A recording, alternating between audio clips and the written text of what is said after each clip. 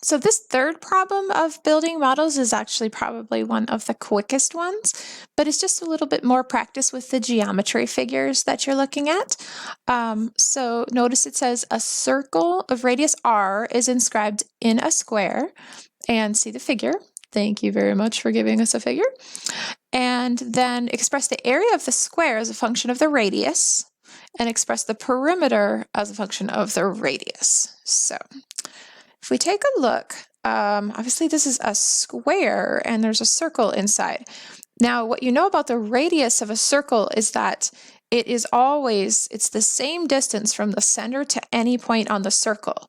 So that's really convenient to know, because then we know that this distance is also r, as is this distance, right? So the base of the square, sorry about that.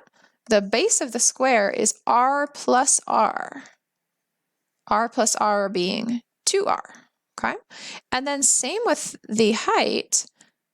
This is r, and this is r. Of course, it's a square, so you know that the other side, all sides would be r. All sides would be 2r anyway, right? So for part A, it says express the area of the square as a function of r. That is a of r. There is no x in this problem, okay? So a of r means the area. So the area of a square is the same as a rectangle, base times height. Or you might have learned it is side squared, because the base and the height are the same.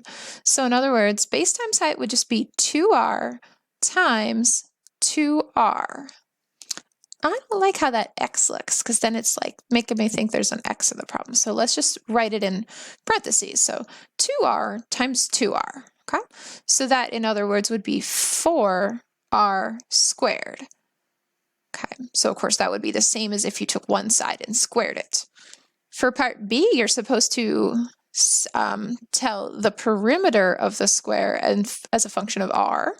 So that means just add up all the side lengths. So that is 2r plus 2r plus 2r plus 2r. In other words, 4 times 2r, which is 8r. Okay?